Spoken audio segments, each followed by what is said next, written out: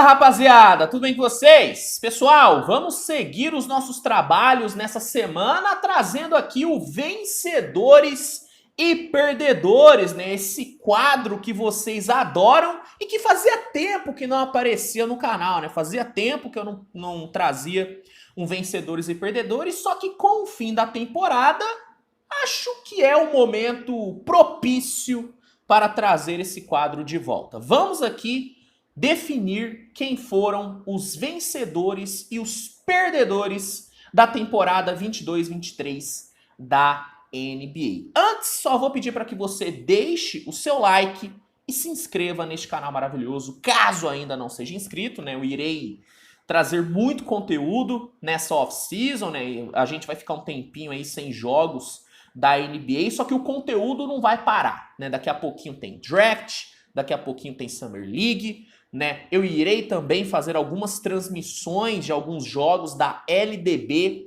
que é a Liga de Desenvolvimento do Basquete Brasileiro. Nessa semana, inclusive, já tem transmissão ao vivo aqui no canal, então o conteúdo não vai parar. Inclusive, acredito que eu vou até aumentar a produção aqui no canal, então se inscreva para não perder nada, para ficar por dentro de tudo, né, que irá rolar aqui no canal, tá bom? Bom, sem mais enrolação, bora aqui para os vencedores e perdedores da temporada. Vamos começar com os vencedores. Vamos começar aqui com os vencedores. Os primeiros vencedores que eu separei aqui foram Jokic e Murray, né? Nikola Jokic e Jamal Murray foram grandes vencedores nessa temporada, nesses dois que estão juntos há muito tempo, finalmente, né, conseguiram ser campeões. Nikola Jokic terminou a pós-temporada com números simplesmente espetaculares. O Nikola Jokic teve algumas das maiores performances individuais da história da pós-temporada, acumulou médias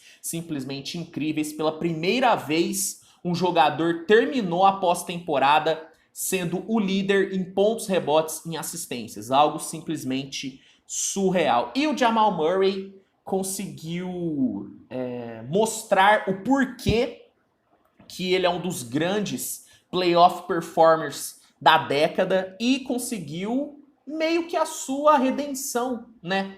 Um jogador que sofreu muito com lesões, ficou quase 2 anos parado, voltou, né, dessa lesão, de uma lesão que poderia ter acabado com a sua carreira e conseguiu o título, conseguiu ser campeão, sendo extremamente importante. Então a dupla Jokic e Murray, assim, é uma dupla que com certeza foi, né, uma dupla vencedora nessa temporada. Esses dois foram dois dos grandes vencedores da temporada 22-23.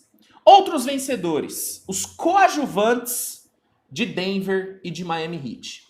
Os coadjuvantes do Denver Nuggets e os coadjuvantes do Miami Heat terminaram a temporada sendo grandes vencedores, né? Pelo lado do Denver, KCP, Bruce Brown, Aaron Gordon foram extremamente importantes. O Bruce Brown, inclusive, se valorizou muito, muito nessa temporada e para ele vai ser muito bom, porque ele pode ser agente livre nessa próxima off-season. Basta abrir mão da sua player option e com certeza o Bruce Brown é um cara que vai assinar um baita de um contrato, seja com o Denver Nuggets, seja com outra equipe. Então, os coadjuvantes do Denver brilharam e os do Miami Heat brilharam ainda mais, né? Tá bom que nas finais eles não apareceram tanto, mas durante toda a pós-temporada, os coadjuvantes do Heat foram maravilhosos. Gabe Vincent, Max Strus, Caleb Martin, que nas finais do leste foi um dos melhores jogadores, para muitos inclusive, foi até o melhor jogador do Miami Heat, né, nas finais do leste, nas finais da Conferência Leste. Então, assim, os coadjuvantes de Miami e de Denver foram grandes vencedores e se valorizaram muito, muito mesmo nessa temporada. Ainda falando do Miami Heat, o Jimmy Butler foi um grande vencedor. A temporada regular do Jimmy Butler foi boa, individualmente foi uma temporada muito boa, só que no playoff, o que o Jimmy Butler fez foi loucura, né?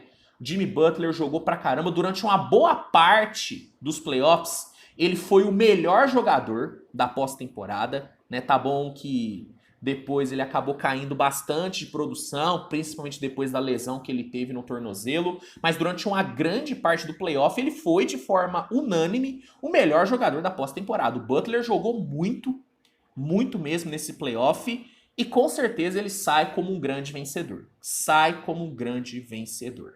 Dá pra colocar também o Erik Spoelstra nessa, né?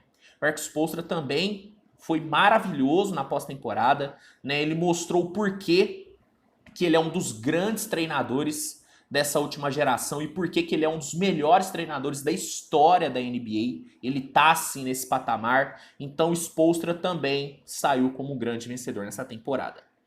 Saindo do Miami, falando sobre o Lakers, Rob Pelinka foi um vencedor. Quem diria? Quem diria? Mas sim, o GM do Lakers, Rob Pelinka, terminou a temporada como um grande vencedor, porque foi graças às trocas que ele realizou na trade deadline que o Lakers conseguiu chegar na final de conferência. Se não fossem as trocas que o Pelinka fez, o Lakers não teria ido para as finais do Oeste contra o Denver Nuggets.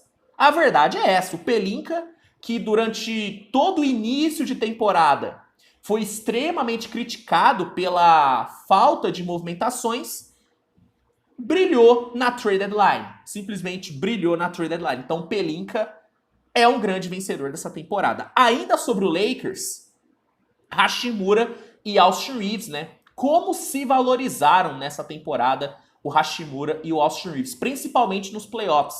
O Hachimura, ele chegou no Lakers com quase que nenhuma expectativa, né? O Lakers teve que abrir mão de 2 picks de segundo round para ter o Hachimura, e aí no playoff o cara simplesmente se tornou um dos jogadores mais consistentes da pós-temporada. O Hachimura jogou muita bola nos playoffs e se valorizou bastante, tanto que ele deve assinar um belo de um contrato nessa próxima off-season. E o Austin Reaves nem se fala, né? O Austin Reaves iniciou a temporada com ninguém esperando nada dele. Ele chegou no fim da temporada regular já tendo se valorizado bastante e terminou os playoffs sendo considerado por muitos, inclusive por mim, um dos melhores custo-benefício de toda a liga. O Austin Reaves foi um cara que não custou quase que nada para o Lakers nessa temporada e que teve uma entrega simplesmente fantástica. Na minha opinião, ele foi o terceiro melhor jogador do Lakers na temporada, atrás apenas de LeBron e AD. E o Austin Reaves é um cara que deve conseguir nessa próxima off-season um contrato de pelo menos 90 milhões de dólares. Pelo menos 90 milhões de dólares. Não sei se vai ser, né, com o Lakers, porque ao que tudo indica, o Lakers só vai poder oferecer 50 milhões para ele. Mas que ele vai conseguir receber propostas de até 90 milhões de dólares, isso ele vai. Então Reaves e Hachimura são 2 grandes vencedores da temporada. Outro vencedor, Joel Embiid. Apesar da forma com que o Embiid se despediu da temporada, né, sendo humilhado pelo Boston Celtics no jogo 7, o Embiid, ele foi um vencedor nessa temporada porque finalmente ele venceu o MVP. Finalmente o Embiid levou o MVP depois de 3 anos aí batendo na trave, né, perdendo, né, para o Nikola Jokic 2 vezes. Finalmente o Embiid conseguiu levar o MVP e agora tem que buscar novos objetivos. O MVP já foi. O MVP já foi, agora é hora de buscar o título, né? O Embiid foi um vencedor porque tirou aí o cabaço do MVP, né? O Embiid tirou o cabaço aí do MVP. E para fechar, o último vencedor que eu separei aqui, Mike Brown e o Sacramento Kings, né? Mike Brown e o Sacramento Kings, cara, foram grandes vencedores, cara. Depois de muito tempo, o Kings voltou aos playoffs e fez uma puta de uma série contra o Golden State Warriors. Na minha opinião, a série entre Kings e Warriors foi a melhor série dessa pós-temporada. Celtics e Miami foi muito foda, mas Kings e Warriors, pra mim, foi a melhor série dessa pós-temporada. Foi muito legal. Foi o clima de Sacramento nos playoffs foi coisa de maluco. Foi coisa de maluco. E o Kings só conseguiu chegar nos playoffs depois de tantos anos fora por conta do Mike Brown. Então, Mike Brown e o Kings foram grandes vencedores. Não é à toa que o Mike Brown levou, né, o Coach of the Year. Falando agora sobre os perdedores. Temos bastante. Dillon Brooks e Ja Morant, né, os dois foram grandes perdedores dessa temporada. O Dillon Brooks, ele se desvalorizou demais nessa temporada, muito por conta das suas falas, né, muito por conta do extra-quadra. O Dillon Brooks se desvalorizou bastante. Tanto que ninguém sabe qual que vai ser o futuro do Dillon Brooks, se ele vai conseguir um contrato nessa próxima off-season ou se ele vai sair da NBA. Ninguém sabe o que vai acontecer com o Dillon Brooks. O Memphis Grizzlies já deixou claro que não quer ficar com o cara. Então, ele foi um grande perdedor e o Ja Morant também foi um grande perdedor. Primeiro, por conta das lesões que ele sofreu nessa temporada. Ele perdeu muitos jogos por conta de lesões. E, principalmente, pela sua postura extra-quadra, né?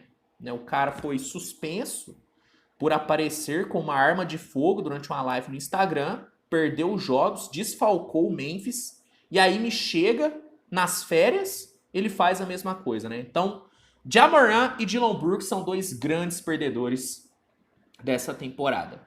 Outro grande perdedor, Jordan Poole.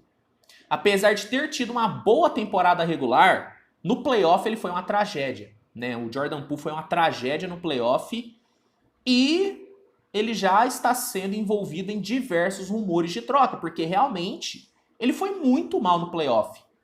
Foi muito mal no playoff. Na minha opinião, a eliminação do Golden State Warriors na pós-temporada teve muito dedo do Jordan Poole, cara. O Jordan Poole foi muito mal. Ele jogou contra o Golden State Warriors nessa pós-temporada.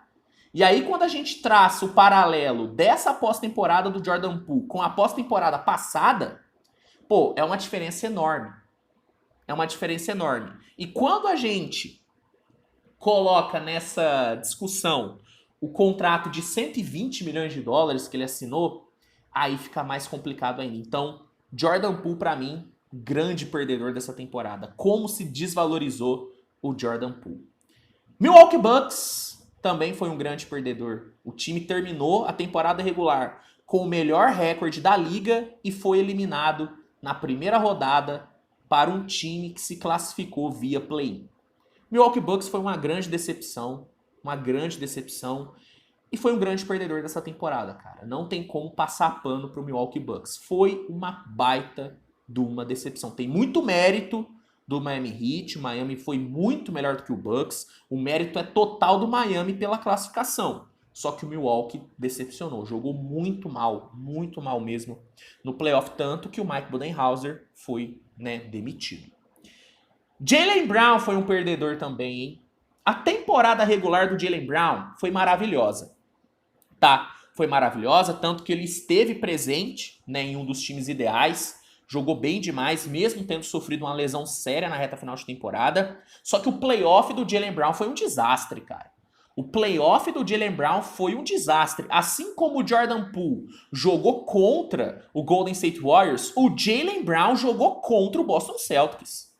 Cara, o último jogo ali, o jogo 7 do Jaylen Brown contra o Miami Heat, foi uma das coisas mais horríveis que eu já assisti. Cara, o Jaylen Brown foi horroroso na série contra o Heat e no playoff em si. Depois de uma final maravilhosa contra o Golden State Warriors, o Jaylen Brown foi simplesmente um terror nessa pós-temporada. E se desvalorizou pra caramba. Então o Jaylen Brown, grande perdedor dessa temporada também. Grande perdedor. Sabe quem eu acho que dá pra colocar como perdedor também? E aí pode parecer meio contraditório. Mas dá pra dizer que o Embiid também foi um pouquinho perdedor nessa temporada. Beleza, levou o MVP, como eu disse. Ter levado o MVP faz do Embiid um vencedor, só que ao mesmo tempo, pela forma com que ele foi eliminado no playoff, tendo sido humilhado pelo Celtics, e pelo fato do seu principal rival ter sido campeão e tendo sido fantástico na pós-temporada, tô falando do Nikola Jokic, dá pra dizer que o Embiid foi meio que um perdedorzinho também, porque beleza, levou o MVP, só que a grande verdade é que ninguém vai se lembrar do MVP do Embiid, porque o Jokic eclipsou completamente o MVP do Embiid. Então o Embiid, ao mesmo tempo que dá pra ser considerado um vencedor por ter levado o MVP, também dá pra dizer que ele foi um perdedor porque o MVP dele foi completamente ofuscado pela forma com que ele foi eliminado e pelas performances maravilhosas que o Jokic teve no playoff. Ninguém vai lembrar que o Embiid foi o MVP dessa temporada. E se lembrar, vai ser do tipo, putz, naquela temporada que o Jokic foi absurdo, quem foi o MVP foi o Embiid, né? A galera vai se lembrar, mas pra menosprezar o MVP dele. Então, dá pra dizer que o Embiid também foi um perdedor, ao mesmo tempo que foi um vencedor. Últimos perdedores aqui. LaMelo Ball pra mim é um perdedor, porque foi uma temporada simplesmente jogada no lixo. Não conseguiu jogar por conta de lesão e viu seu time entrar em reconstrução de novo. Então, LaMelo é um perdedor. Damian Lillard é um perdedor porque, de novo, o cara não conseguiu chegar numa pós-temporada, né? Uma vergonha, simplesmente uma vergonha o Portland Trail Blazers. Lillard, outra temporada do Lillard jogada no lixo, então é um perdedor. O Dallas, pra mim, é um dos grandes perdedores dessa temporada, porque um time que tem Luka Doncic e que teve Kyrie Irving na reta final não ter chegado nem no play-in é uma vergonha. O Dallas nessa temporada foi uma vergonha. Uma vergonha, vergonhoso o desempenho do Dallas nessa temporada. Então, o Dallas foi um perdedor, talvez até o maior perdedor. E o Brooklyn Nets foi um perdedor também, porque o time simplesmente foi desmanchado. Durante a temporada, o Brooklyn perdeu o treinador e perdeu suas duas principais estrelas. Nessa temporada, o Brooklyn perdeu o Steve Nash, perdeu o Durant e perdeu o Kyrie, pô. O Brooklyn foi um perdedor, porque um time que era cotado, né, para brigar pelo título, simplesmente foi desmanchado antes do meio da temporada, pô. Então, o Brooklyn foi um perdedor também. O Brooklyn foi um grande perdedor. Bom, na minha opinião, esses foram os vencedores e os perdedores da temporada. Quero saber a sua. Concorda? Discorda? Comenta aqui que eu quero saber. Não se esqueça de deixar o like no vídeo se você gostou, de se inscrever no canal e de ativar as notificações, porque hoje ainda tem vídeo pra caramba pra sair. Tem muita coisa pra sair e essa semana vai ser bem movimentada no canal. Então, recomendo que você se inscreva, tá bom? Galera, é isso. Tamo junto. Grande abraço e até a próxima. Tchau, tchau.